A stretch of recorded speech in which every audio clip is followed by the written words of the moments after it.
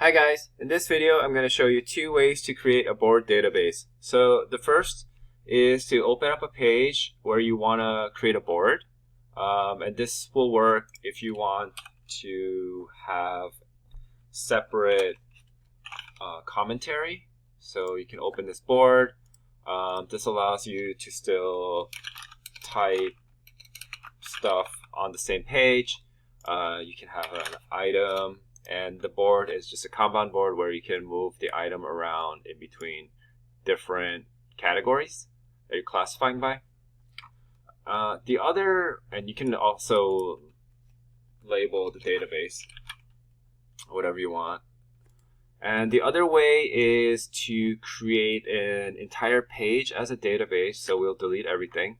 And when you have a new page, you just go to the bottom, click on the three dots in the middle, and then go to board. And this will create a full database page with the board.